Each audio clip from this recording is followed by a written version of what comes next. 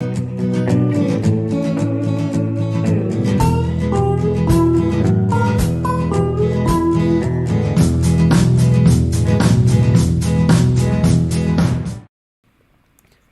ahoy, ahoy, mateys.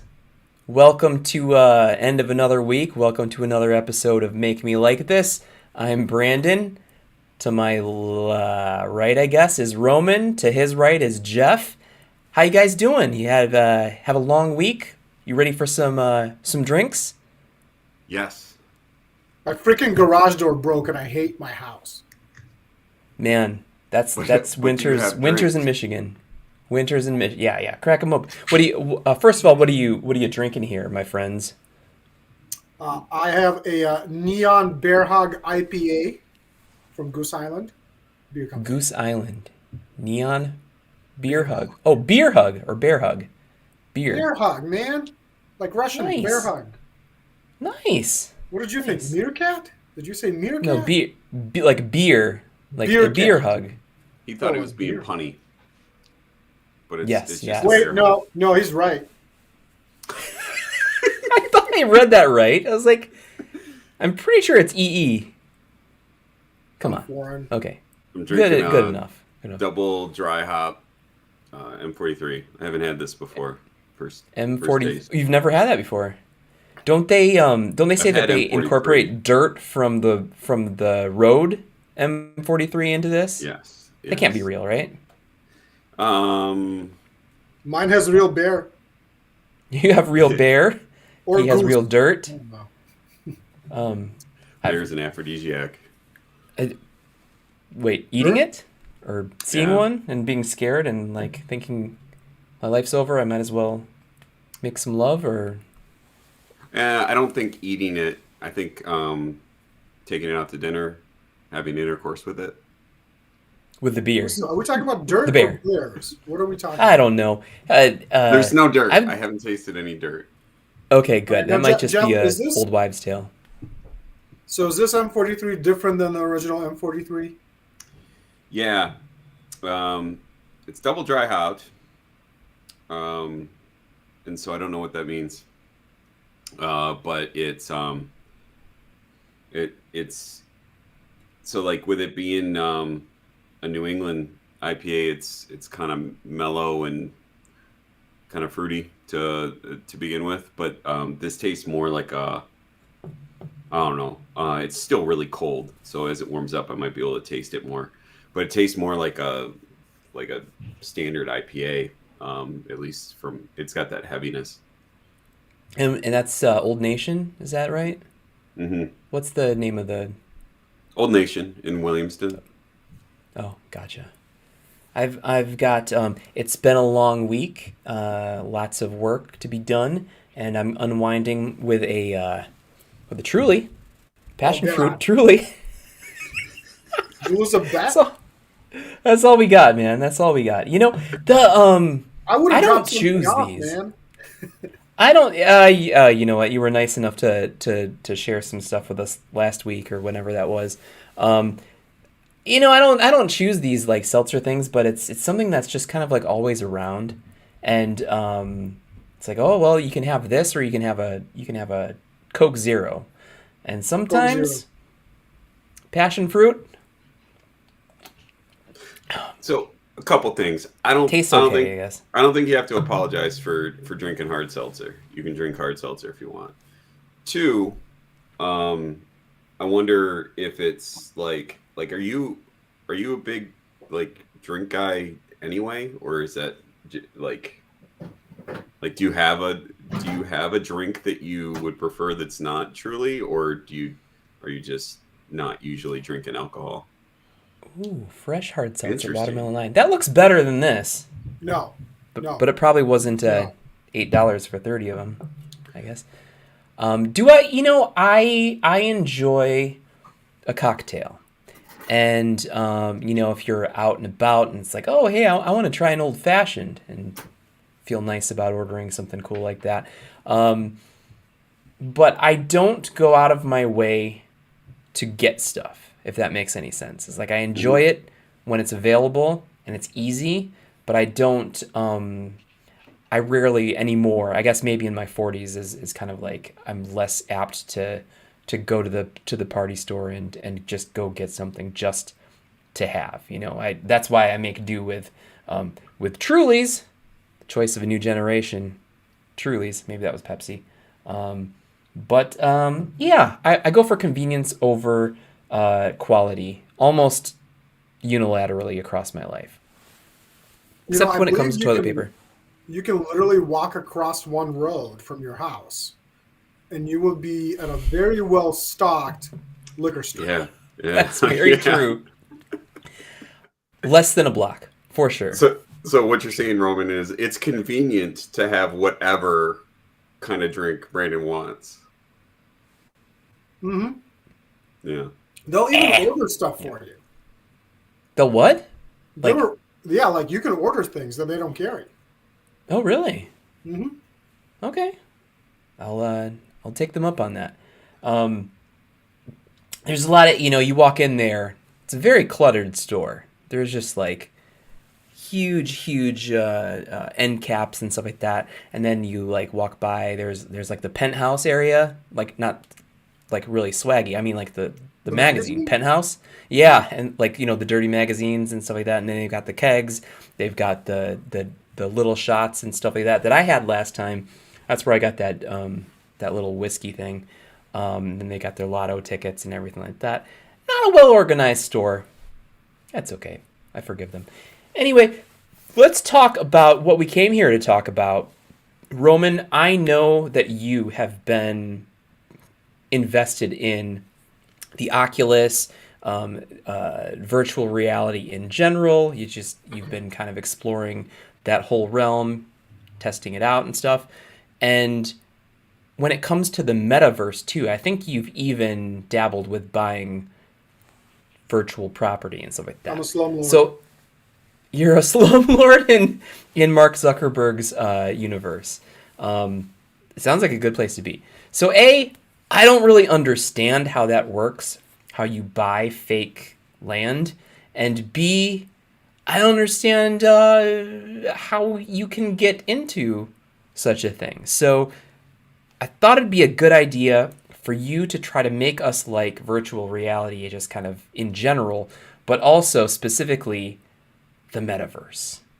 So, do you have any thoughts on that? Just initial thoughts on like what got you into it, why you've spent real money on fake money. Hmm. Yeah. So I think this is good because the Super Bowl just happened. And the reason that you can tie this to the Super Bowl is because there was a really good halftime during the Super Bowl. Now, Yeah. I don't think I can actually talk about the Super Bowl. I'm not allowed to talk about the Super Bowl without paying someone some money. But what happened after the Super Bowl was a virtual Foo Fighters concert. Did any of you guys happen to catch that? No. No, I didn't hear Did you about know it this. was happening? No. No. And I Yeah. like the Foo Fighters. Well, so Meta, formerly Facebook, put together a concert. I think it was specifically for people who own an Oculus headset, or what used to be known as Oculus, now is just known Meta Quest. And you can do a concert. You can go to it, and it's a virtual, venue. And the Foo Fighters were there, and they were having a concert. I didn't go to it because, first of all, the Super Bowl starts at 6:30 Yeah. and goes for like 12 hours. And I didn't feel like doing it afterwards. But apparently there were so many issues with people trying to get in that it wasn't a good experience. So at least Was I it know how it free? happened. It was free for anybody who had a Quest headset. Okay. You just go in, Foo Fighters concert. Yeah. Now, I don't know if there was crowd surfing, if there was beats thrown around. I've never been to a Foo Fighters concert. I couldn't tell you a Foo Fighters song if you played it for me. It's not what I do. But I think it's a really good example of VR and metaverse trying to go mainstream. Mainstream meaning to a point where people who don't seek it out are starting to see it come to them. Whether it's a commercial or something. I don't know if during the Super Bowl they had anything that was like, hey, after the Super Bowl, Foo Fighters, put on your goggles, kind of thing. But VR overall has actually been around for a very long time.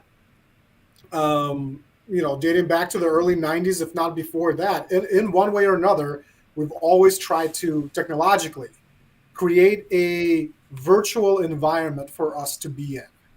And there's different flavors of that. You have your kind of extreme all the way to one side of complete virtual reality, meaning you're replacing your environment completely.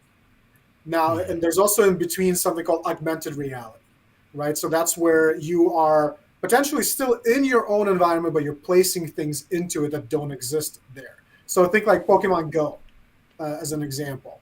You can, using your phone, go around and see a Pikachu or whatever. I don't know if I'm allowed to say these names too. Are we getting paid by anyone?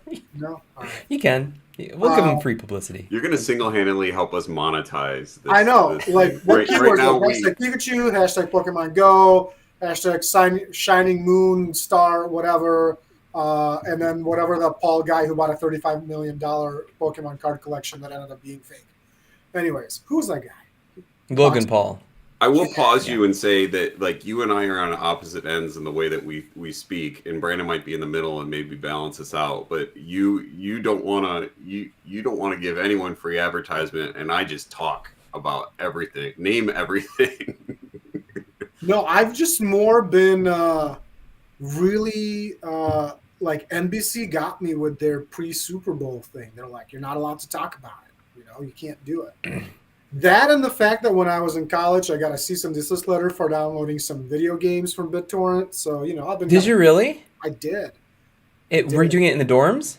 In the dorms, yeah. You had to been pulling volume. I have a spindle of Dreamcast games. I'm not gonna lie. Listen, you can't make the single console that had no copyright protection on it. You literally could just burn those CDs and not expect people to get them. Right, so if you guys want to play Dreamcast, I got it. But anyway, I love the Dreamcast. Yeah. So I digress. What were we talking about? Virtual reality, right? And why you should. Yeah, you're talking about the augmented reality and then like the precursor to, like, would Second Life kind of be in that category of like a virtual space that you build and own? Yeah, it's very much a virtual world. I think it's an extension of it. I wouldn't place it in there because of the way that you interact with Second Life. First of all, like, I don't even know how many people watching this would even know what Second Life is. But Second Life has been around for a really long time. Yeah. And the biggest difference between anything like Second Life and right now is that you're actually wearing your monitor versus looking at your monitor and playing Second Life. But really the idea here is to transport you into an environment that makes anything possible, right? It's to give you an opportunity to do anything you want to do. It's to give you an opportunity to be anyone who you want to be, and do so while trying to achieve kind of like this level of all of your senses telling you that what you're seeing is real, that what you're experiencing, you're actually in it right now. Now, obviously, that's not happening. We're nowhere near that technology, at least consumer level. Your $300 headset is going to make you feel like you want to puke if you're doing a roller coaster thing. Yeah. But I don't think you're going to be like, ooh, I'm in space and I can't breathe kind of thing. That being said, my 7-year-old, her favorite thing to do with VR, with the headsets when she watches anything on them, is videos of exploring space. Ooh, really? Specifically ones where they kind of start off at a shuttle on the Earth, and it's a whole video of you going into space and looking around. First time she saw it, she freaked out, but she liked it afterwards, and she's like, every time she wants to do that kind of thing. So is that something that was filmed like from a rocket or something, or is it like CGI? Yeah, no, it was filmed. It was absolutely filmed. Wow. So I wish I actually would have brought it, but a really early form of VR is really nothing more than 360-degree videos. So if you're on YouTube, you're watching 360-degree videos, and they're 360 because A, they look weird as shit. It looks like you're inside of a ball. Yes. and you can use your mouse or whatever, and you can look around and you can see things around you. And first of all, like, that's cool, right? Because it's like, not only are you seeing what let's say the producer or the person making the video wanted you to see, but you have the opportunity to literally turn and see, like, hey, what's that guy doing? Or like, Yeah. look at the sound crew or whatever. Like, that's kind of cool. So yeah, they use 360-degree cameras. There's a lot of really popular ones. Again, consumer grade has gone really cheap to do that. You can pick up something for probably between $200 and $300, and they have action cameras now, like the Insta360, that will allow you to shoot 360-degree video of you snowboarding or mountain biking or doing any of these kind of things. And then the best way to experience those is through a virtual reality headset that you can watch these videos. And instead of using your mouse or cursor or whatever to say move the screen, you actually turn your head and turn around, and you have to kind of make yourself believe that you're in this space. Right. So when you're You get it now, Brandon? well, so I get the whole 3D film aspect of it, and my brother-in-law has an Oculus headset, and I tried it on, and what I did was I went to, ooh, there it is, right here. So what I did was I went into YouTube and searched their 360 videos. They've got a ton of really cool things, like flying over Las Vegas Strip at night. I think there was like a Rocket X launch thing that you could, you start off on the ground and then you go way up and then go back down. Roller coasters, there's a lot of people who've done, taken one of those 360 cameras around like Disneyland or something like that, and you can kind of, go around and look at the different areas. Nauseated from doing that. You would. Yeah, you would. It's called VR sickness. Because I get nauseated like in real life. Like I don't know. I remember I've been on rides with you, Jeff. Yeah. I've sat next to you on a ride. Oh yeah. Star Tours. Yeah, Star Tours. I thought I was gonna come out with puke on myself. You were really concerned about me too. I've never seen you so caring. And because honestly, I know where you've been, because I feel like 2 years before you and I went on that ride, my wife and I went to Universal and we went to the Harry Potter ride. And the whole time there, I'm like, what kind of ride is this? I don't know what kind of ride this is. Like, you're going into Hogwarts and there's this whole line and everything like that. And we get to it and you sit in the seat and the whole thing around you is a screen. And they basically just jerk you around all over the place without you going anywhere. She knows I don't like that. Like, I don't like those. I actually get seasick or VR sick or whatever you want to do really easily. And I did not have a good time. So when we went on this ride, and I was like, oh my God, Jeff, I feel like he's going to throw up. And I don't know why I chose to sit next to you, but I think you were sitting next to me. I even think you I don't remember too much, because after a certain point in time, I was all about myself and lost track of anyone, just like self-preservation. But I remember the feeling of Roman, like, basically, like, I don't think you carried me, but it felt like you did. Like, oh, you needed help getting off of that thing. Let's go. Let's go this way. They were like, after this ride, here is a 1.5 foot wide opening you need to get yourself out of to go. Yeah. I was just down this tiny corridor. I remember that was in line for that, and me just telling everyone basically what was going to happen, what did happen. And I don't know if it was universal, but I remember a lot of reassurance of like, this is not anything. This is very on the low end. And I think very honestly assessing what everyone thought, like I think it probably is relatively mild compared to what it could be. I think I might have mentioned, like, I got sick on the Raptor, and everyone was like, well, this is way less than the Raptor, which I think it probably was.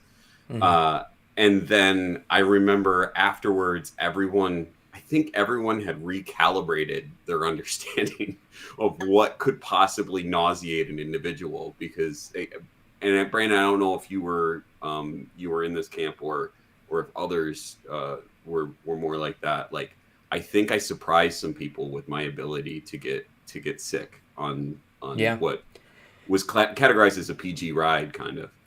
Yeah, very much so, because like the Raptor, which is a roller coaster at Cedar Point that goes upside down and does all this kind of stuff like that. You're going up high, you're going super fast.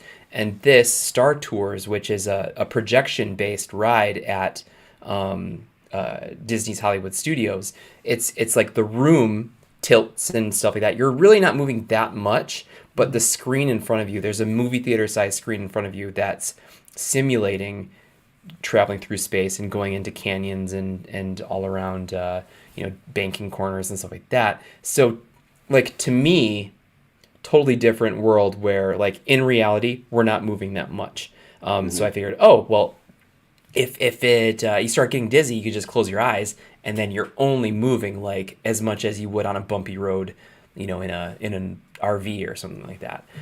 So when you did get sick, and I think I was next to Roman, who was next to you, so I wasn't cognizant of any of the struggles you were having like during the ride. And then when the lights went up and everyone's like, "Oh!" and they're like cheering and stuff like that, and I look over and you're like slumped over. I was like, "Oh, did you like bump heads with your neighbor and then get hurt?"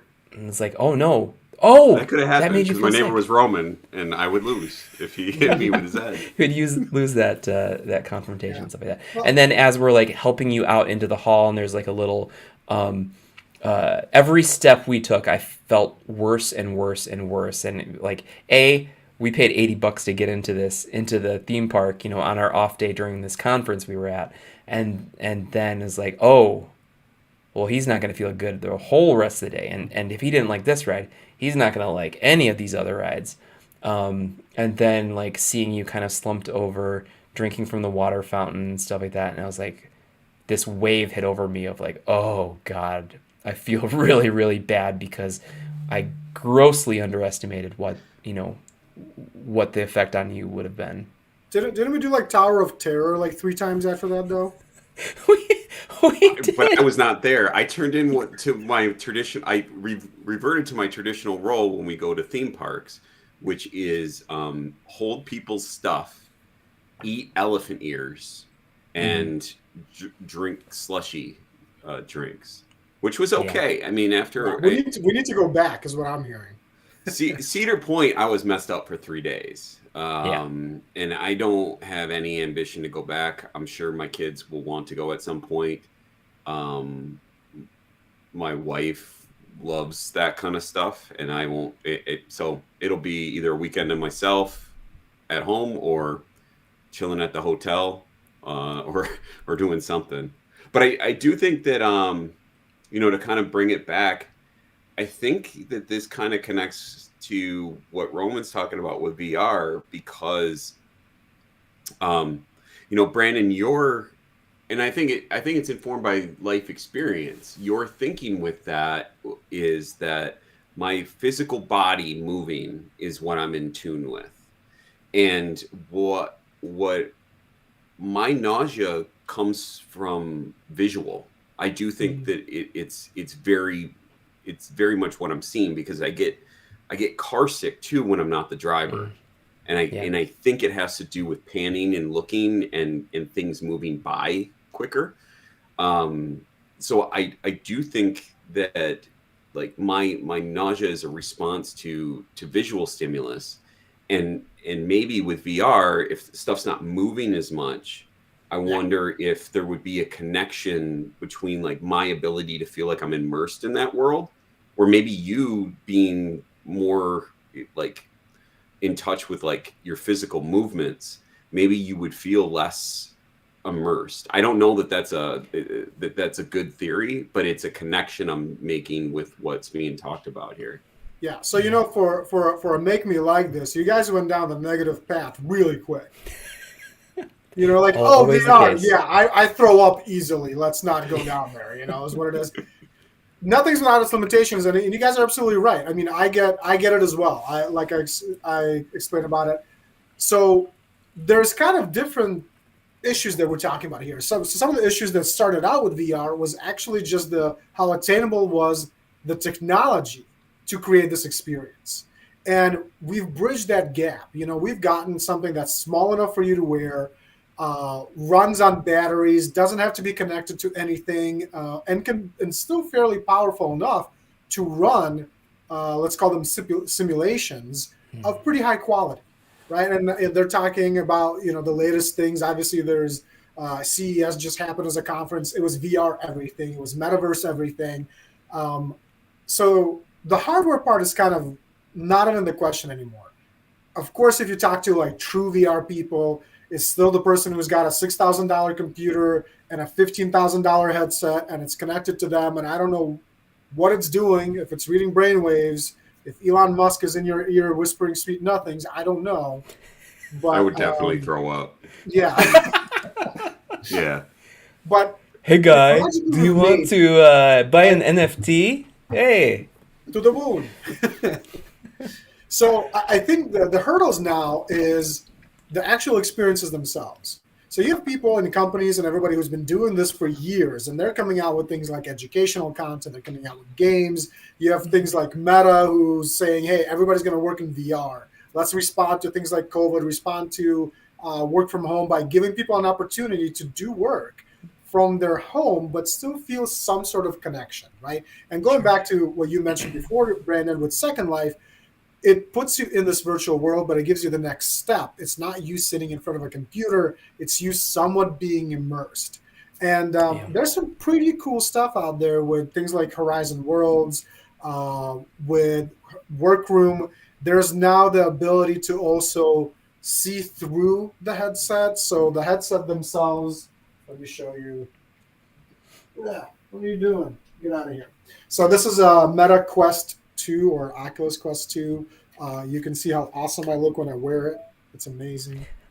You can put things on it. But it's got little cameras. Where's the camera? It's got little cameras all over the place. The camera's there for a couple of things, but mainly it's to understand your surroundings. It can actually read things around you. They're getting to a point now where you can also bring things around you into the virtual world. But you can also kind of see through that now. And one of the latest things that I tried out is you can actually have a workspace. You can have a desk, and you can be literally sitting in front of a physical desk, and the Quest will know what the boundaries of your physical desk are. If you have one of the keyboards that it supports, so like an Apple Magic keyboard, for example, again, nothing super high tech. You can get them used for 30, 40, 50 bucks. It will actually, there you go. It will actually bring your keyboard into the virtual environment and track it as you're moving it if you want to.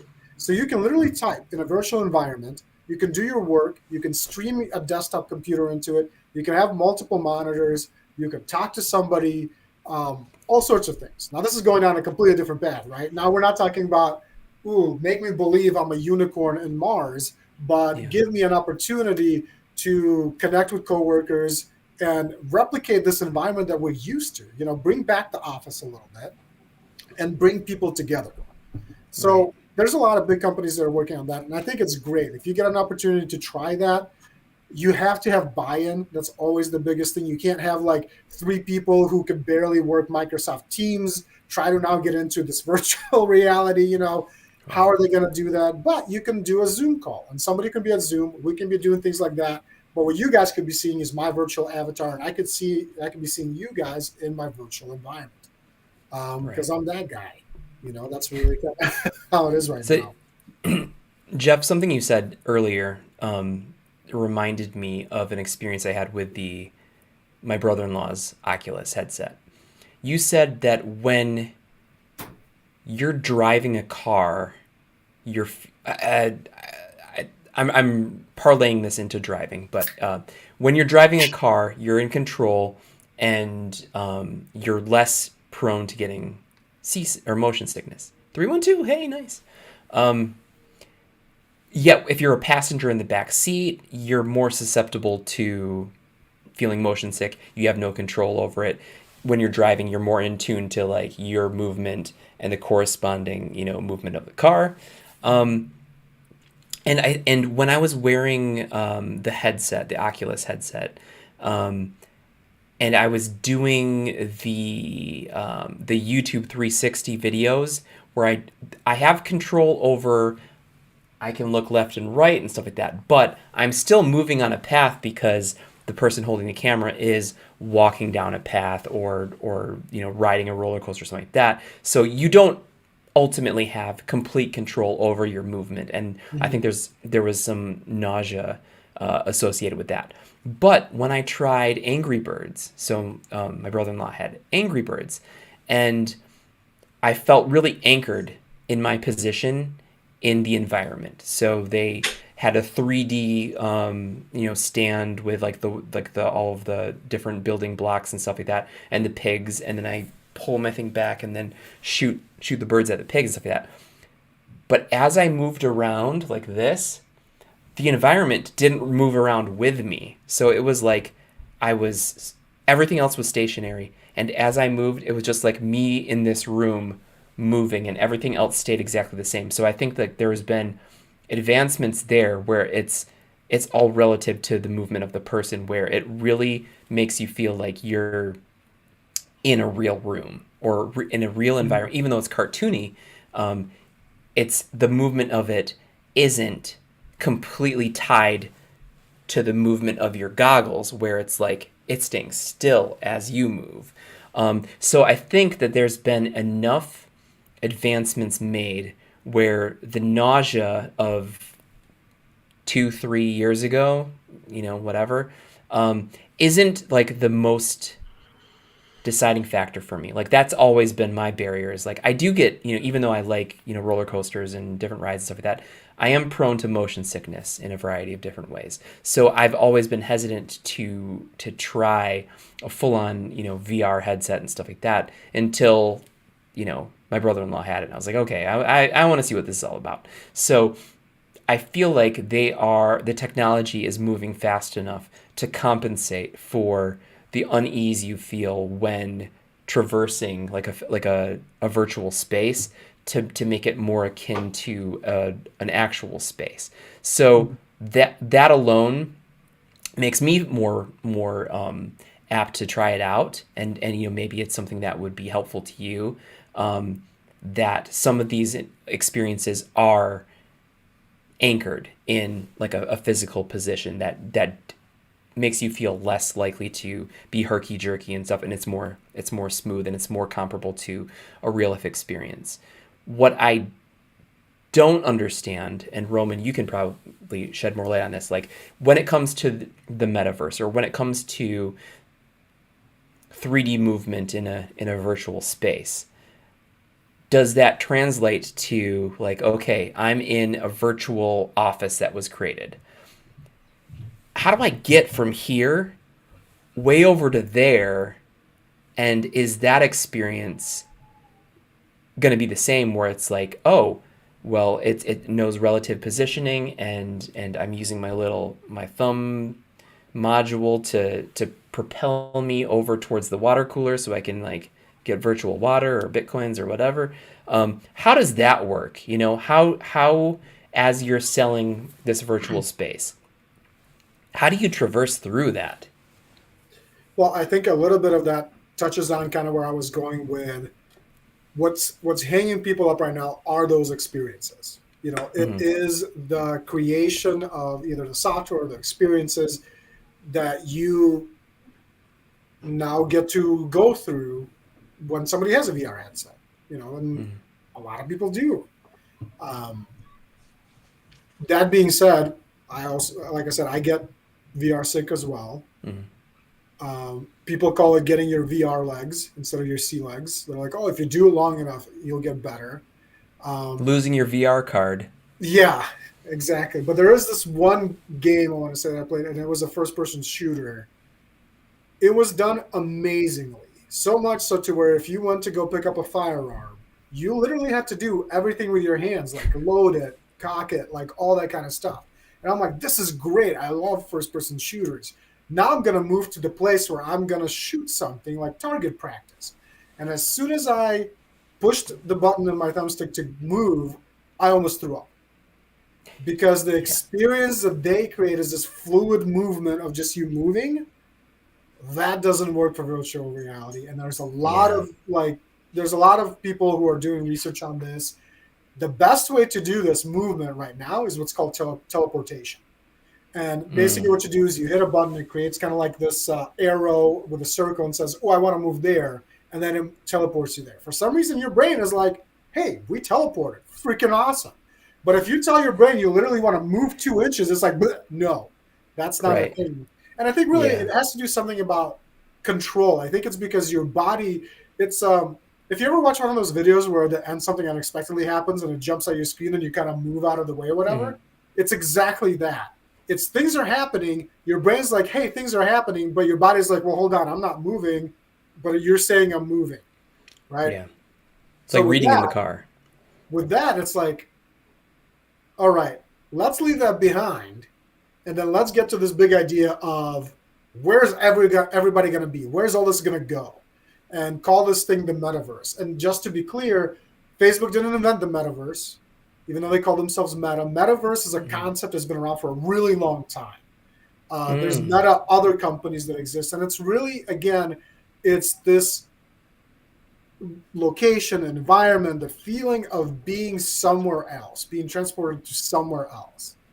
Um, and they said, okay, our goal is to create this space, and not really to create the space, but to make the space accessible, to make Uh, people go to it and do something and not have it be a fad. Let's have concerts in there. Let's have conferences in there. Let's have your office be in there. And they said, okay, well, if we're going to have things like your offices be in there, how do we make money off of this? How do we right. monetize the metaverse? And in reality, it's really no different than what's happening in the real world, right? There's advertisements. So Mm. if you are Walmart, for example, well, you can have a team that deals with metaverses, that deals with virtual reality. They go into, there are several more popular metaverses right now. Everyone calls it a metaverse, but really it is a world. You know, you can travel to a world. Second Life is a really Mm. good example, right? You could go to Second Life. There's options in Second Life to make money. You can sell certain things. You can buy certain things. All we've done now is we put virtual reality headsets on top of it. We've obviously added some more functionality for virtual reality, but now what we're saying is, okay, here's this world we created. Do you want to own a piece of this world? We're making buildings. We're standing up buildings in this world. Um, if you want people to come to your building and do something, well, you have to buy this building. And then we'll allow you to customize it in one way or another. You can put your name on it. Well, that's going to cost you something, you know, and that's where the Mm. transaction of real world money and how you're buying things like virtual real estate. Mm. So who are you paying? What like You're just paying the uh, companies. You're paying the companies that are creating these worlds. That's all so it is. It is really no different than a game. Somebody who's Mm. making a game and you're Like buying. in-app purchases, right? Yeah, yeah, you're buying. So like, uh, it goes a little deeper, but let's say for somebody who's playing Fortnite, mm. and you put real money in and you convert it to Fortnite's money, you Yep. know, bucks, whatever V they're called, bucks. Yeah. V bucks, and then you use that to buy things that they make available to you. Right. Same concept, Right. except there's this whole notion of the blockchain of things like Bitcoin, Ethereum, and so they're going a bit further, saying, okay, well, if we want to recreate the real world, but in the virtual environment, we got to give it a real economy. We got to give it money that actually makes sense, that has ebb and flows, that is like the stock market, that is worth one thing at one point and not another thing at another point. So they all recreate this. You know, obviously, if you're familiar with things like Bitcoin and Ethereum, those change in price all the time. Yeah. And what you're doing is you are taking your money, you're putting it into an economy system of this world that's created, and then you're buying something that they say is worth something. And they're the one saying it's worth something. You're the one that's making an assumption that it's worth something. You're really taking a gamble. It is no different than playing the stock market, except for the fact Sure. that in Sandlot or whatever it's called, Sandbox, I can try to buy property next to property that's owned by Snoop Dogg because Snoop Dogg decided to put $80,000 into a property. All that really means is that there's a map, a picture of a map, and then there's a little square, and it says this square is owned by Snoop Dogg. And then I can go, ooh, I want to own a square right next to Snoop Dogg. Kind of going back to the Super Bowl, if you see what I did there. Mm. But I want to own this thing next to Snoop Dogg. Well, because Snoop Dogg is next to it, this square's price is shut up. Mm. If you're lucky enough, you bought it before, but somebody else bought it, and now they can say, "Ooh, I want to sell this now." It's real estate. I mean, that's all it is, right? Location, location, location. I want to sell this now to some schmuck who just wants to be next to Snoop Dogg, whatever that even Yeah. means. Now, there's promises of being able to do something with these lands.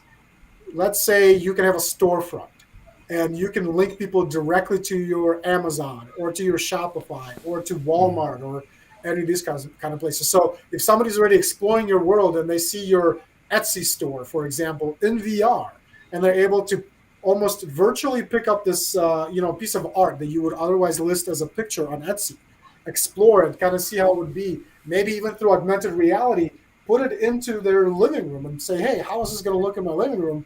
And then they Mm. can say, yep, buy it now, right from there. So that's kind of where Right. everyone's going with it. But you're buying a real thing. You're not buying the You're buying a real the thing, yeah. okay. Yeah, so And that's it kind of shows the up at step your beyond. house. But to be able to sell that thing, you need to own virtual real estate where you can create a store Mm. to do that. Do So you have to pay? Do you have to Do you have to pay contractors to build your virtual store, or is it is it basically Minecraft at that point, and So it you can really depends on the make stuff world at that you're free? in. It really Okay. depends, on the kind of the appeal that it has and why you join that world versus a different world. Um, a lot of the, kind of the, I think the nice thing for a lot of these is they do kind of go down this path to enable creation to happen. They give you all these tools to create 3D objects, to be able to create things like buildings, to be able to create things that you can actually sell to someone else inside of this world so that you can make Yeah. money to do something else with. So they're creating a market in a sense. Again, all you're doing is you're paying real estate fees to them so that you can have a place to sell it somewhere. And then banking on the fact that in one day, the world that you chose for one reason or another is going to hit it big, and 50 Cent is going to buy the building next to you, and all of a sudden, the price of your building you can ask 7 times as much. That's great. What people don't understand though is what it takes to actually now take that money from in game and make it into real money. I think that's beyond the scope of this conversation. I think the cool Sure. thing is you could be living right next to 50 Cent, in a Yeah, virtual yeah. world. I think it's wild. Everything you're talking about is wild. I also think it's really cool. I think it has the possibility for growth and to become whatever it needs to become, and possibilities. To me, it like when things have so many possibilities to it, it makes it worthwhile to exist. And whether or not I take part in it doesn't mean I like or dislike it, right? It does it so like first off, I think I like it from the standpoint that that's a really cool idea. Um, the thing that I kept coming back to, Roman, while you were talking, is I was I was really gaining. I don't know if it's gaining perspective or evaluating my digital footprint, or like I guess my digital presence. And I- I've I'm constantly thinking about like unplugging and not being in my phone all the time. um but what I started thinking about when you were talking was I'm mostly a passive absorber of information. i I don't post. I don't put a lot out there currently, like within the last five years or so. Um, and in comparison to what you're talking about of people buying digital, like virtual spaces, next to Snoop Dogg, for of all people, it makes me think that like there is so many levels of engagement that is higher than or like more active, I should say, than what I do. I mean, like the concept of Tinder like frightens me. the concept of like engaging with a with strangers for like and initiating relationships um, uh, that are romantic off the bat is like a world that I've never existed in. So then you talk about like literally stepping into a virtual environment where you're running into people that you don't know that are from wherever and have like very specific interests and that they're seeking um, community with others that have similar interests. It's both like really exciting to me, and I think it should be there, but it's also terrifying. Like for me personally, like to step. I saw the screenshot of you playing table tennis earlier, and I was like, that sounds cool. This what you're describing sounds like my anxiety would go up because Mario 3D World makes my anxiety go up because I don't know what's ahead in the level. But you know what's amazing, because I agree with everything you just said, and just even reflecting on my past couple of months, is all these new groups on Facebook or wherever you're doing social media that all relate to virtual reality, all trying to create something or investments. If you Google or go to YouTube and you start looking for videos of VR. There's 100 videos by 100 people each about every typical world that's out there, because everybody's trying to get theirs, right? But I think one thing about what you're saying though, Jeff, is it's almost like it's an extroverted world for introverts, Mm. because it allows you to be anyone beyond even the point of, oh, let's say, for to the extreme, I'm a keyboard warrior, it's a form or whatever. No, this allows me to now adjust how I look, how I'm represented to the rest of the world, and to join the rest of the world I want to join as me, whatever that might be. And I think that that's a really big thing where we are heading beyond all of this digital property and e-commerce or whatever. Because I mean, there's even I don't even know if it's still on, but there was a TV show now where who was it? It was Will.i.am and some others, where the singers were actually 3D avatars. Do you guys know what I'm talking about? Oh, I can see your voice, or something like that. It's Where something. No, I think it was just called Avatar. No, something weird like that. Anyways, but the idea is you had these judges. That you had people who were wearing full on mocos, so motion capture suits. So not only were they seeing virtual reality, they were actually being captured into virtual reality.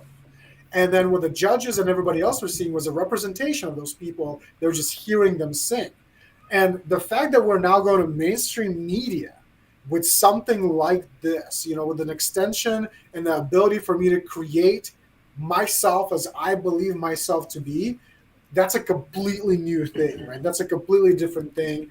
And just kind of going back to it a little bit, all you have to do is, if it's overwhelming, is take out the headset.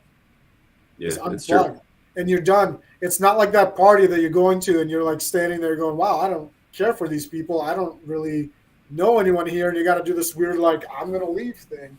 No, headset off and go play table tennis. That's a really good point too, because like it's not like I'm comfortable in all settings that I'm at in the physical world, right? But it's just it I guess it takes me a while to get to the physical world. There's not these jumps. Like the teleportation thing is Mm-hmm. kind of like like could I jump from like being somewhere where I know where I'm at to like jumping into a completely unknown space? Yeah. I think what's going on in my head here is just a very human thing about the unknown. A big reason why Tinder frightens me is because I've never had an account. I've never swiped on anyone. I've never done that whole thing.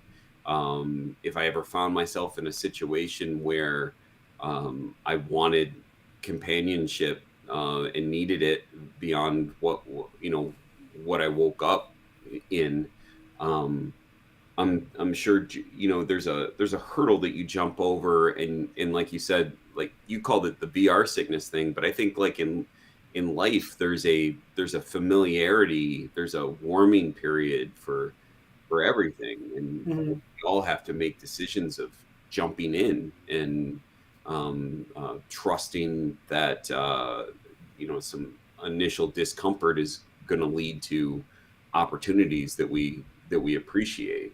Yeah. No, I could totally relate. I remember one of the I went into a game in VR for one reason. There was other players into it. I don't know why, because I never even do this, but I clicked on like join this world that has other people in it, for whatever. And somebody started to talk to me, and I freaked out. Shut the fuck up. No, I didn't. I didn't. I was like, I'm out. I didn't know what to do. Like I literally I freaked out because it's like I didn't expect that. Yeah. Like I didn't expect people to be like, oh, you're here. That means we share something, right? Right. To me, it was like, no, I clicked a button. Like I'm trying to figure. It's almost like if you're on a website and you're trying to explore the website and you click on it and you get to a place, you're like, oh, okay, cool, and close it. I think in my mind that's what I was trying to do, but I ended up like really stepping into like a party with like all these people, and I'm like, I don't talk to me. And somebody was like trying to pronounce my screen name, and I was like, no, that's weird because you're talking to really talking to me now, and like I can turn my microphone on and I can talk to you, and you can't you don't see me, but you see a representation of me, and now you see my screen name, and I was like, I'm gonna leave, and if I ever come back and somebody says anything, I'd be like, my kid used my profile, Yeah. Yeah. That. It's like walking into a. It's like walking into a furry convention. It's like, oh, you're here. You're here to be a furry. Listen, here you go. Here's your fox suit. You don't just walk into a furry convention. If you went to a furry convention, you're okay, probably. I guess so. It's strange how conditional like your sense of your vulnerability can be, because all three of us are not people that all three of us are people that can succeed in socially ambiguous situations. Like all three of us can make people laugh, can draw people in and tell stories, be interesting, be focal points at one point or another. And we're all three different people, and then like the people that we're around do matter for our ability to do that. And I see this as different but not different at the same time. Like I can walk into a room where I don't know anyone and I show up differently than if I walked into the room and the two of you were there. Or like if I'm going to do something professionally and I have a sense that the rest of people are of a certain professional background, and the subject, like I've got no problem standing in front of 500 people giving a presentation. But if I step into a room of 5 people and I don't I don't have if I was in the situation, I've been in the situation Roman's in, where I'm just like, no, I'm out. I don't. I've not done it VR, but like this is an analogy for like I'm unplugging from that situation, because you're talking to me, and how dare you talk to me? But in different facets, it's like I'll play catch. I think it speaks to us more as like the intricacies of people than it does to the reality that we happen to be plugged into. Yeah. Well, it's also super intimate too. Like like let's say you're watching a YouTube video and someone's talking to you, teaching how to do something. Great. I'm protected in my basement, thousands of miles away. When you enter into that space that that the situation that Roman was in, and they're reading off your screen name. Oh, hey, Roman. Roman guy. I'm not telling you what it is. You're gonna look at it. I know. I was afraid to kind of say too much. But and then it's like guy. Roman guy, too 7987. my wife. It just there's just something too familiar about it, and maybe too like intimidating, where someone's like, oh, hey, Roman, I see that you have you're wearing a nightie. I like that. Hey It's man, why don't trust, you come over right? and You sit over don't know here? me like that. You don't know Like, them Yeah. at yeah, all. They Well, could and be I think pedophiles. you have to go there, right? But I think it's interesting because I think there's something to do with the generation of, different generation of people to do that. But to me, kind of going back to talking about amusement parks, this is interesting because again, we were at I forgot Disney or something like that, but we went to one of those Monsters Inc. I think it was a Monsters Inc. show where you're Yeah, the sitting in the comedy show. audience and they pick someone from the audience to do something with the show. Anytime I go to one of those, even though Jeff, like you just described me, like I'm a social person, I like being social. Anytime I walk into one of those, I was like, God damn it, if that fucking light shines on me. They're gonna pick you. right. Use the Yeah. profanity, but like if they pick me, I'm just gonna freak out. And of course they picked me, right? Yeah. Like that's the Mhm. thing. It's because apparently like I'm likable. I don't know, but like, and you kind of freeze up, and you're like, I would have no like if you were the person on the stage to begin with, I would have no problem. Like I'll go talk to this person, go talk to that person. But now all of a sudden they like ripped you out of your comfort zone. You were there to observe. You wanted to be entertained. You didn't like you were like the wallflower. You're just like, I'm just gonna look. I'm just like, this is not for me. Like, I'm here, but I'm not here. And all of a sudden, somebody acknowledged that you're there, and you're like, how do they see me? Like, why is this a thing? Don't do that.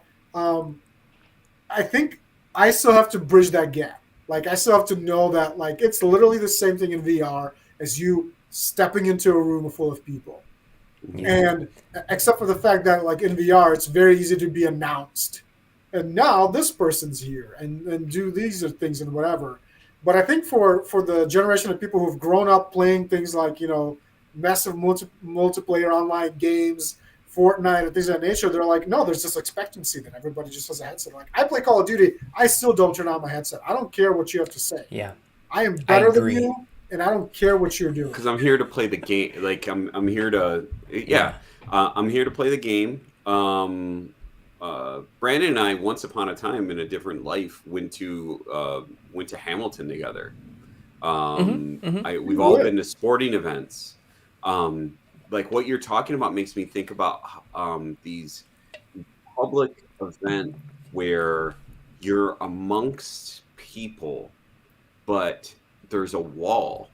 Like you're mostly observing, and the people are the background, are the ambiance around you, and you are to them. And if someone just came right up to me and said, "Hey, I'm Steve. Nice to meet you, Jeff," and started talking to me, I'd be like, "Fuck out of here." I'm like, like go away. It's weird until you're the Steve, right? Because what you explain is like we would have no issue being the Steve in this, but we're like, oh hey, I'm Roman. What brings you to this conference? I do that to troll people. I mean, all the time. I don't go to public events in the last 2 years very much, but when especially if I was there with you guys and I was like, watch this, I'm gonna go up to her and I'm gonna say this, like I've got no problem doing that when I'm in some sort of like comfort pocket that like I'm wanting to do that. But yeah, you're right. If I'm on the other end of that, and it's probably a lesson to me to stop trolling and stop trying because in that situation I'm using people as props in my enjoyment in my life, and that's not cool either. But yeah, I think. You know what's kind of interesting, Roman, you talking about that, if it is a generational thing and folks are like just really comfortable talking to strangers and just striking up conversations based on nothing but a fragment of mutual interest, I think that's an overwhelmingly positive thing, given assuming that people are being safe, like the information that they're that they're giving people isn't something that's going to get them, put them or people that they know in harm's way. And I wish that for myself, like to be able to step into a virtual environment or a real environment, to step into a 7-Eleven and Put on your ski mask. put on my ski. But I think about that though too, like knowing before I walk into a 7-Eleven, I know if an employee is dressed in a certain way, like I have a comfort in like addressing them. I have a comfort in the roles that are being played there. Sure. And I think maybe if I was just more familiar with the virtual environment, I would feel the same way. Like I'm showing up in this way, these people are showing up in that way. The thing that gives me panic is the literal unknown of things, and the only way to know things is to experience them and step through doors where you don't know what's on the other side. Yeah. And Well, and I think nothing's that's going to let you do that easier than virtual reality. yeah, maybe it's a risk-free environment, right? Because you're not ever going to be in any sort of physical Not danger. seeing their face though, like I get that. Like I don't know, there's something about the missing context that makes things. I don't feel safer not seeing someone's face or them not seeing my face necessarily. Um, like like But you're the trying to part read you're their talking micro about, expressions? like an avatar using my real name, like that mixed thing is just kind of, it's creepy to me.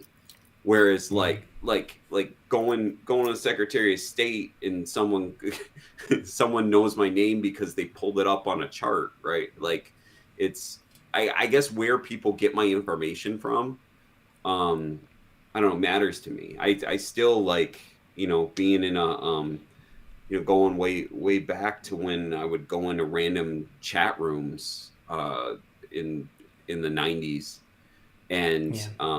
and then like pretend to be someone else and then them actually talk to me, was like this weird mixed up intimacy, but yeah, like from a distance, that just kind of messed with my brain, and I've always just not liked it. Sure. On the next Sure. episode will make me like this. Catfishing. Catfit. Ooh. Yeah, I could tell you some stories. The question I wanted to ask you, Roman, is like, what's the most popular use of VR and why is it porn? Because I it's think you like just you're answered your there, own question. man. It's like a strip club. You can't touch at a strip club anyways. So there's no difference. And this costs less. And you can Saves you literally money. pop into any strip club you want. All right, But to do Do they answer have your them? question, do you like this part now? I'm ready. hold on. To answer Jeff's question, you need to experience it. I can't tell you. If you experience it, you will never go back. Mm, What, to yeah. like real physical intimacy? Or porn. But yes. Yeah. Yeah. We yeah. talked about technology, right? I mean, they got these things, these harnesses nowadays. Did you say harnesses? So like You- you're up on a swing, Mm-hmm. and yes, I am envisioning you in this role. So you're up on a swing with a headset on, and you're doing all these things. Is there a question? I'm not sure where you're going. I mean, Like, you there's could be on more a chair. props Who cares, needed right? than- There's no, but like you're talking about harnesses and stuff. Like that's getting. I'm just saying that technology exists. It's like, Mhm. so it's Like like full body Wa- suits. Walinda porn. What? What did you say? The flying Walindas. I'm The really Walinda- asking. oh, like the Walinda, like the the- Daredevil like- guys. Yeah, Oh, like man. Those are the least likely people I would expect in that kind of a situation. All I say that, so there's a lot of people that play things like first-person shooters with virtual reality. I do think there's a whole part of virtual reality we didn't talk about, which is like that educational component. I think what we touched on was like that social emotional component, which is definitely an avenue worthwhile exploring for virtual reality. But now you can even get you can get a vest that provides haptic feedback. Like it'll actually, like if somebody shoots you, it will like make it feel like there's something happening there. So you will be able to have full-on, full-body experiences very soon. And they have these platforms now that you can wear these shoes on, and you can literally walk. You're walking in place. It looks weird, but it's like you're on a treadmill, except it's 360 degrees, and that makes your character walk inside of the virtual environment. So we're working towards, like I have something to do with this, but everybody's working towards really the ability to put you and all of your senses into a separate reality. I would want to play I would want to play table tennis. I would want to play like one-on-one game kind of stuff. I mentioned we got a Switch for the boys, and they love it.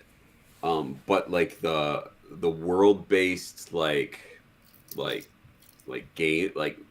game kind of stuff, I've always gotten anxiety. I can't play for more than 10 minutes at a time. And as soon as especially if I'm playing in the room with other people, and I guess this would be the same thing if I had a headset on, as soon as people are like laughing or giving me a hard time about messing up, I especially just want to quit. Like the amount of times I've walked away when they're all playing and they like, come on, Dad, why aren't you doing this?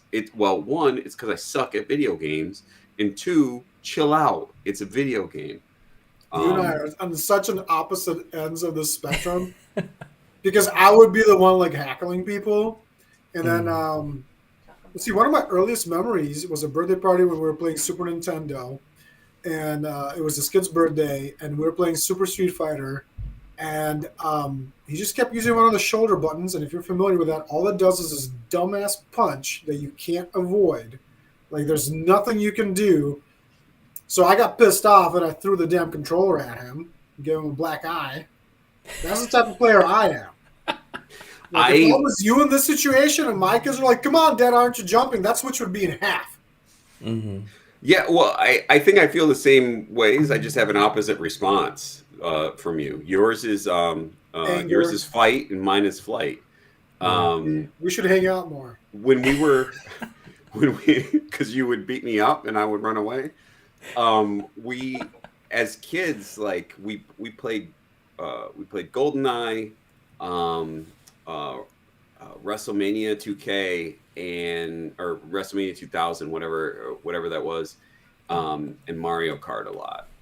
And my absolute favorite thing to do was Mario Kart, especially races.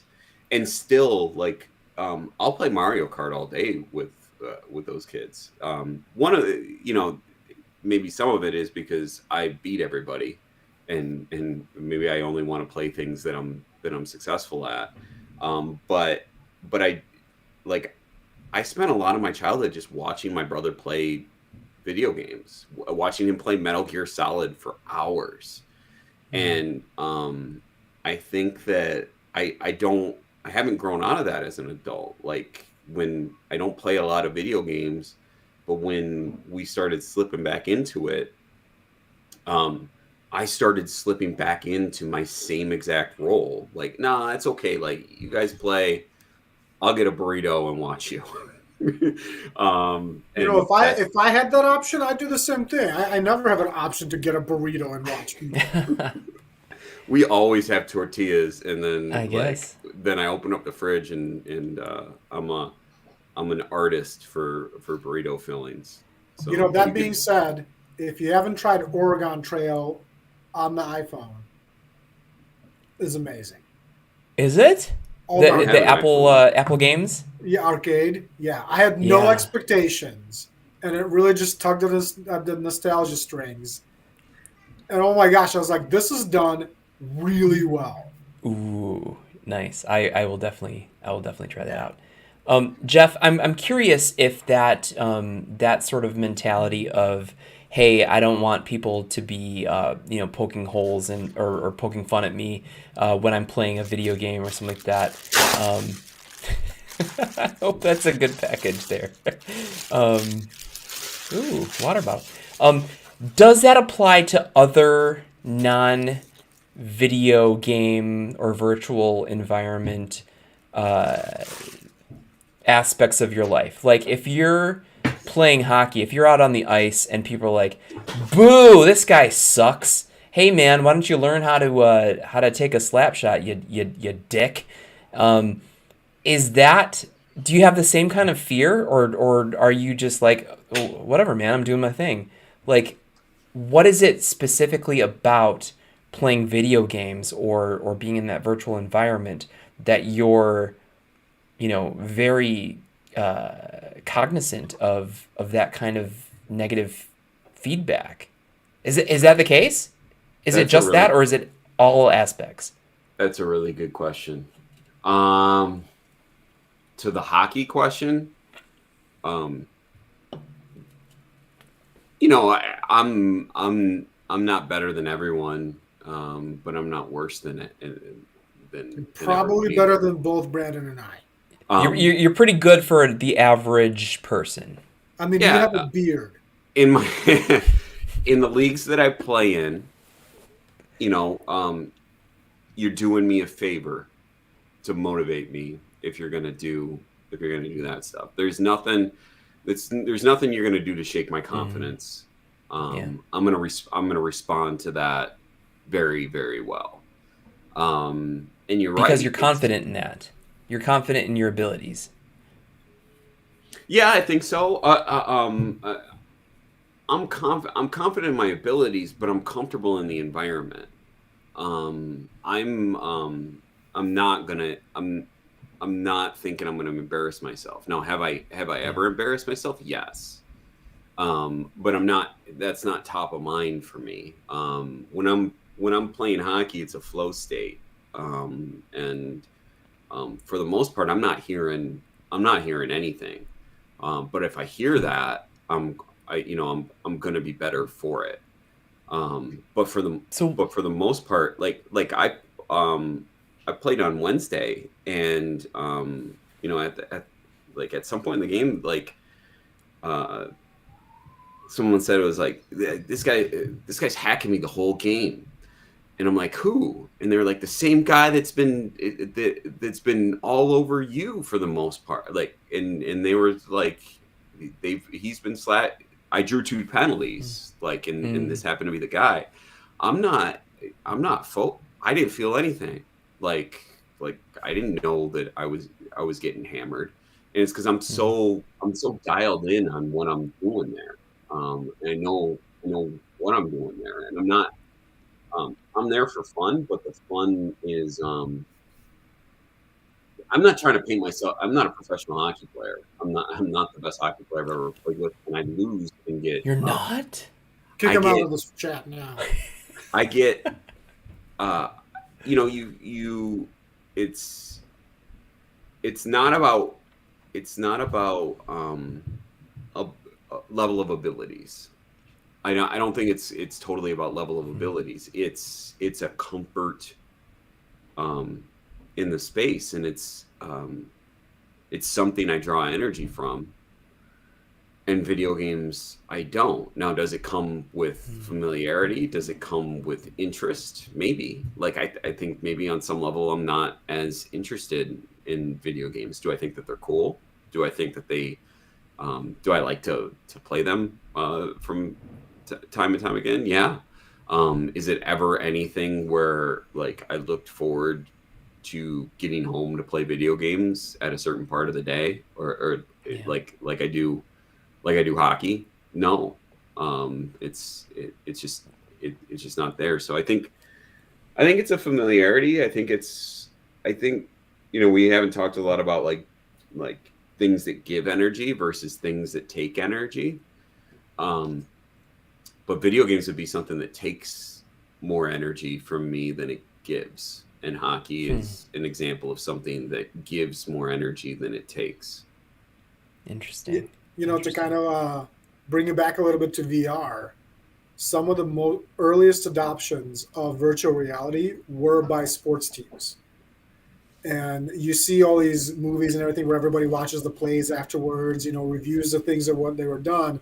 There are companies that came about, I want to say in the 90s, maybe or late 90s or early 2000s, that would take the same plays but turn them into the 360 video virtual reality experiences. and let the players actually experience the play again from Oh different wow, angles versus watching it on a 27-inch screen in the locker room kind of thing. Yeah. So again, that's pretty making you cool. like virtual reality is really kind of just figuring out what makes you like virtual reality, Yeah, right? what do So you for like? something like this, when we talk about the fact of different applications towards it, it enables you to do more. Take it out of that video game space and put you into that headspace to make yourself better at something, or make yourself understand something you didn't understand before, or have an experience that you never had. Let's say you said you're not a professional hockey player, but I'm pretty sure you follow hockey.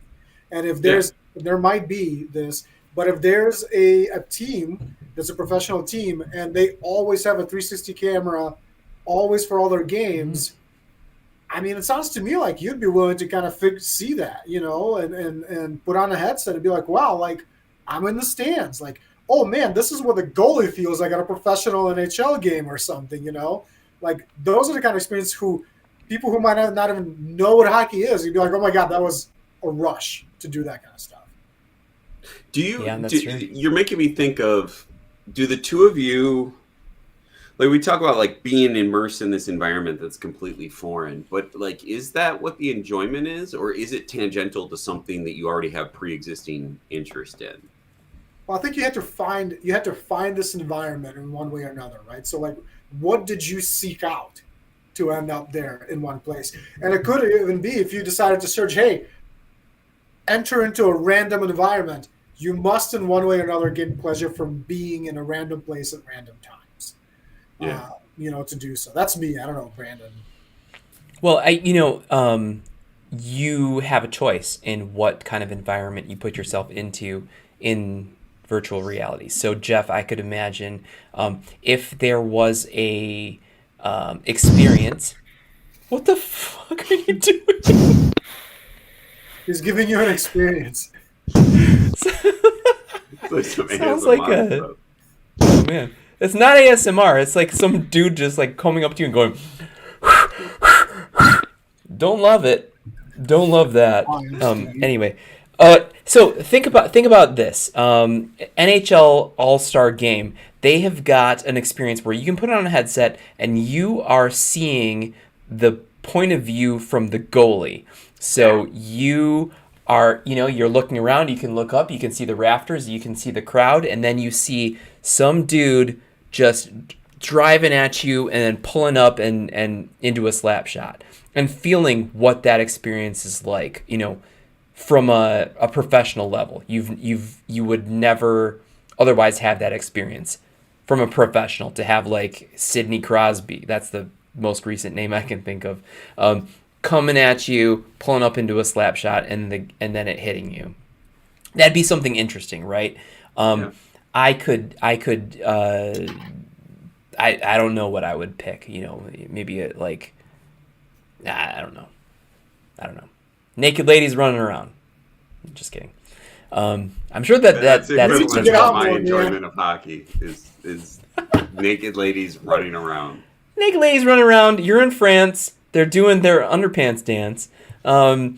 Probably available I don't on know how you the make metaverse. I don't know how you make nudity PG, but you just did. Like you made it like you There's a made place in it. France where the naked ladies dance, and there's a hole in the wall where the guys can see it all. Everyone knows that This nursery sounds like a rhyme. cartoon from like Tom and Jerry or something. Pretty much, yeah, yeah. That's all my experience from the 80s.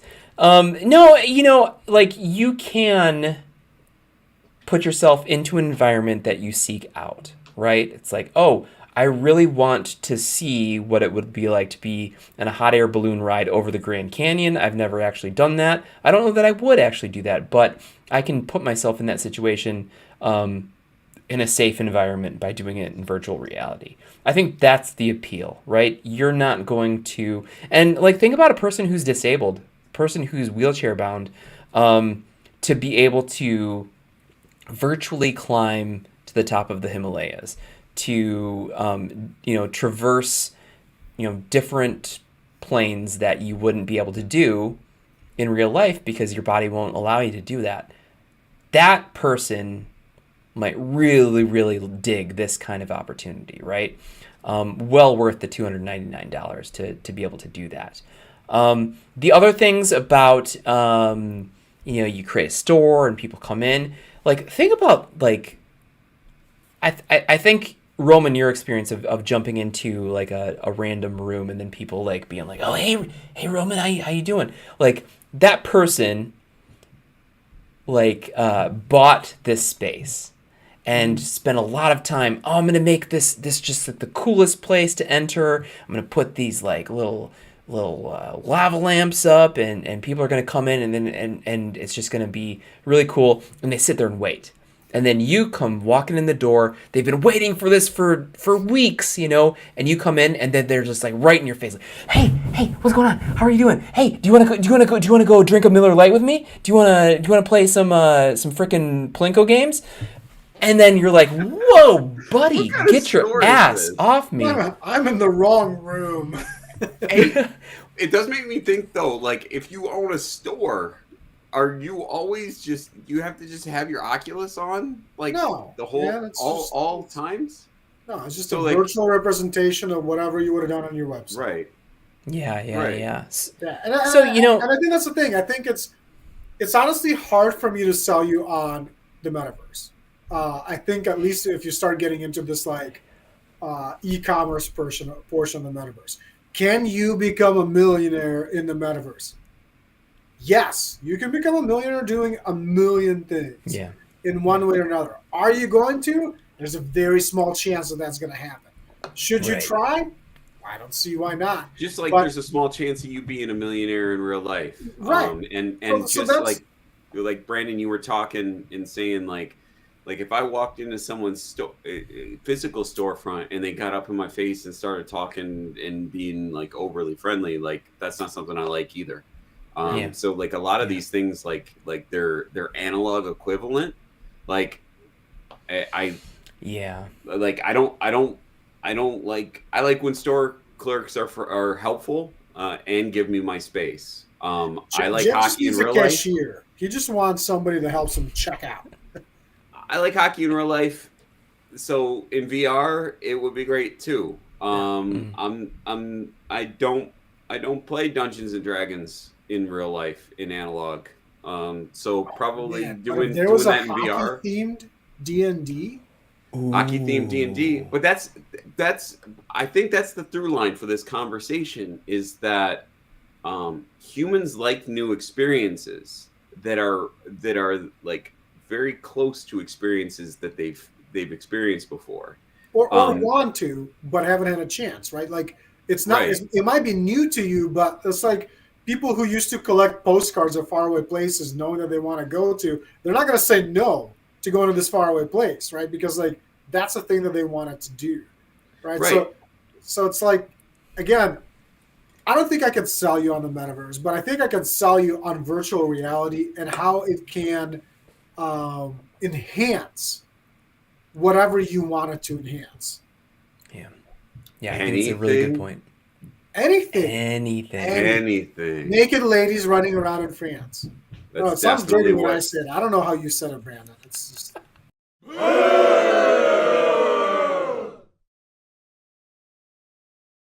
Is there a cup? It's something about Brandon that he can say some stuff that doesn't come across as perverted. And if anyone else says it, it's just perverted. Is it naked ladies drinking soup? Can I contract you out for bad news delivery? 100%. $75. I will tell someone. Dude. Yeah, for sure. I'll do that. No problems, man. I'm just gonna put a down payment for $1,000 and then like just have you on retainer for like, yep, go do this. I will do that too. And I will delightfully tell someone that you're well, not for you guys, but I would like break up with a girlfriend for someone and be like, oh man, hey, did you watch The Bachelor last night? God, those girls or a little catty. Anyway, Steve thinks that you're a little annoying. I think you're nice, but I have some girlfriends that I never officially broke up with over a decade ago. Could you just yeah, like close those loops for me? That give me have their not moved emails. on. Give me their emails. Hey, you remember Jeff from 15 years ago? Yeah. Yeah, This is what he says. He wants you yeah. to have closure. He He thinks wants you to have that chlamydia. he thinks that you. When he said that he was going to college and that he was going to be really busy, this is what Yeah, he meant. yeah. He didn't go to college. He he was He just got hiding from busy. you and playing video games, but not with anyone watching because he didn't like that. Uh, so let's ask the age old question here.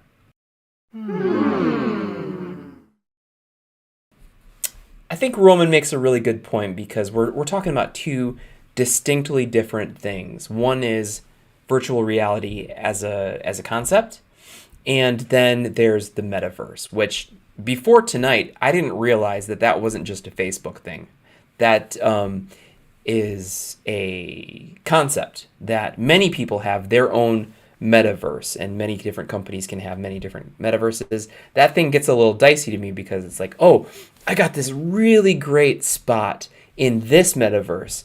Oh, you're in that metaverse? Oh, come over to mine because I'm like kind of a big deal in this one. Like, oh, no, no, no, no, no, no. I'm going to go into that one.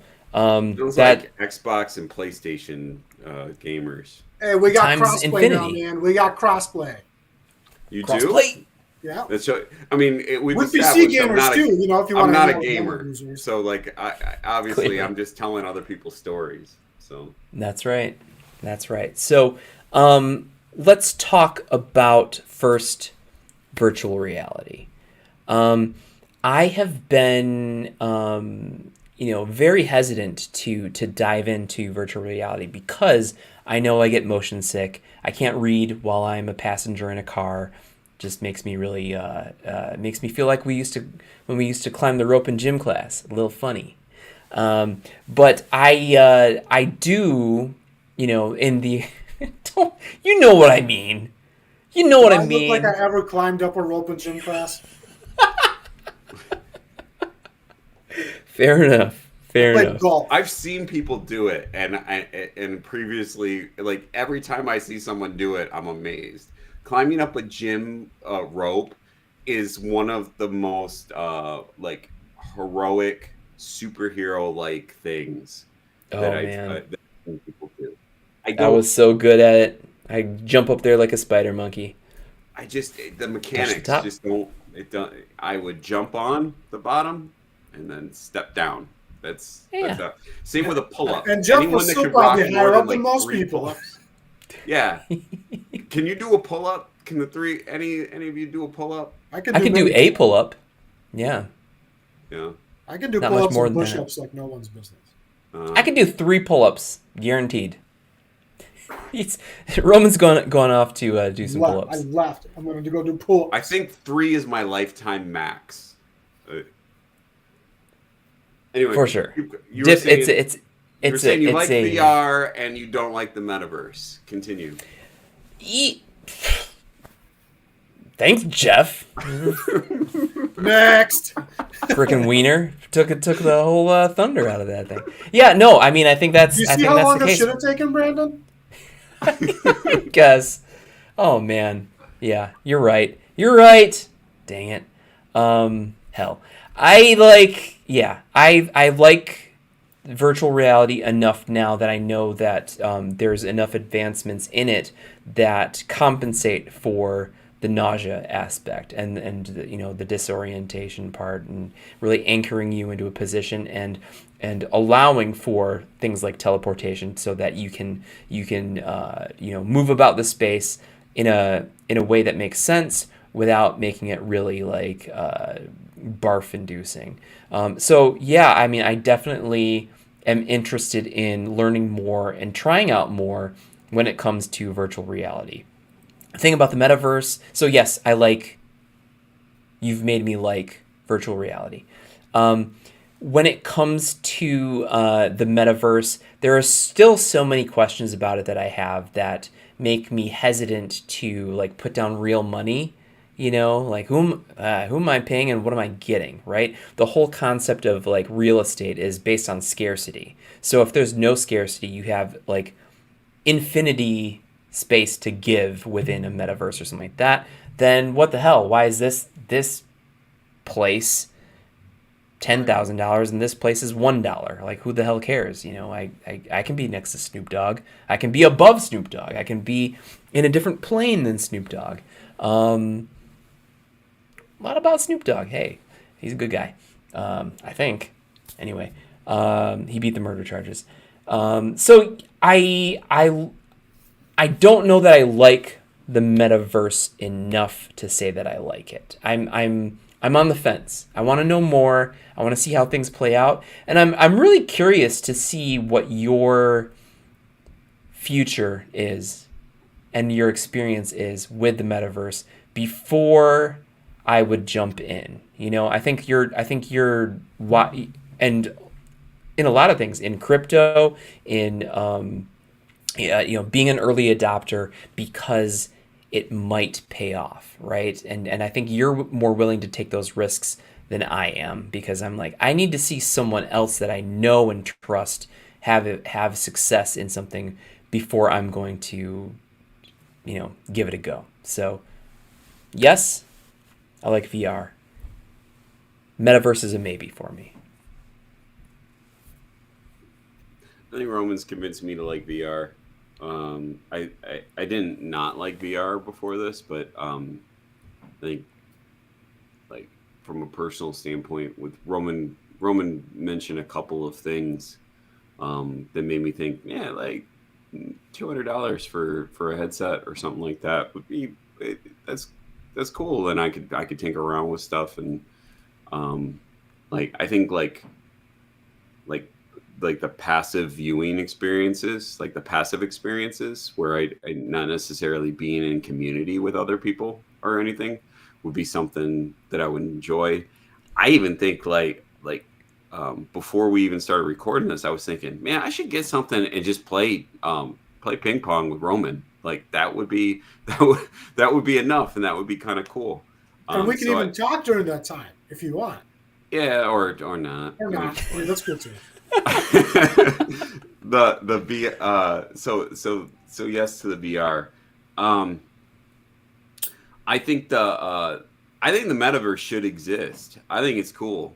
I think that people, whether it's for me or not, I like it because I like the concept. Like let's build this completely synthetic world where the rules are slightly different, but they look like they're based upon what is already there in the analog. So I like the concept of that. I'm like the property thing. Just to touch on that, Brandon. Like I don't I don't have any. I'm not an investor. Like like I don't I don't care what's in my I don't care what's in my retirement fund. This is really embarrassing, and probably I'm not looking out for myself or my future. I really just don't want to be bothered by how much money I got sitting by. Um, and and so like the idea of like buying property for at the same time I would throw $50 at like or something like really cheap and with the prospect of like to forget about it. It's exactly what I do with my retirement fund. Like, oh, I got I, I got 50 grand in that account. Cool. I'll check back in a couple of years, see how many see how much see how much it's grown, but it's like not a and it's not a real thing to me at this point in time. So I don't know. Um, fortunate. I mean, you know, maybe I guess I've always had the assumption I'll work forever, and hopefully that changes. I hope hopefully, so. hopefully that changes when I reach a certain age. Not if you can work in VR. But Ooh.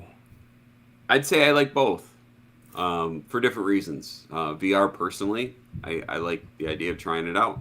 Metaverse, I like it because I think it's a cool concept, and whether or not I engage with it or not Yeah. doesn't make me like it more or less. I think especially people that I can recognize that there's different types of people, and people's happiness and enjoyment matters. And so, if we can create things that help people enjoy life more, even if it's escaping from the one that they see in front of them, Yeah. with the naked eye, then or naked ladies in Paris, then that's good. You bet. Well, Roman, you've got a pretty good track record so far. You made me like pickles in general. You know, I ate the rest of those pickles and drank the rest of the stuff in that jar. I still got to get you that jar, by the way. The next day, I had the rest of it. Nice. I liked it. I liked it. And you've made us like warm up to virtual reality and maybe even the metaverse. Even though Zuckerberg is a weirdo android looking dude. So you got a good track record, my man. All right. Next time, anime. Nice. Ooh, that's a good one. And specifically for Brandon, segue into hentai. Tentacles.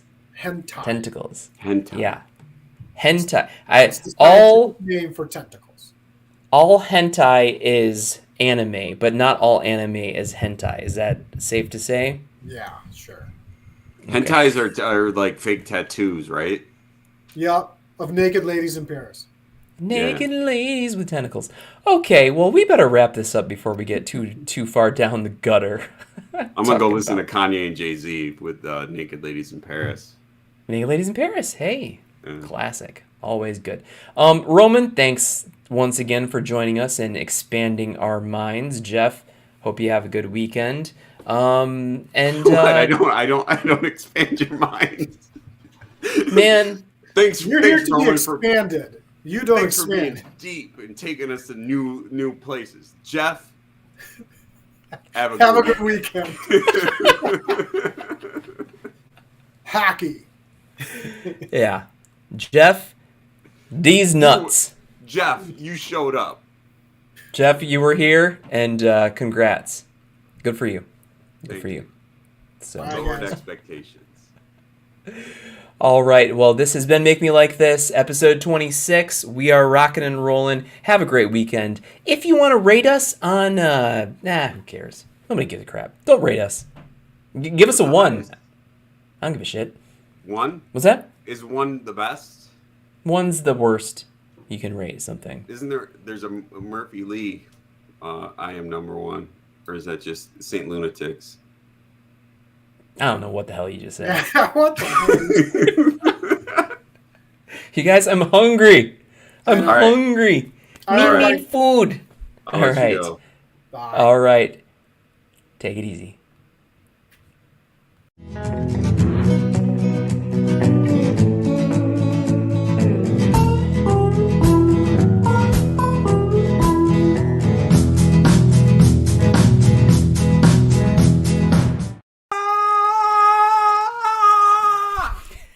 Did you hear me that whole time?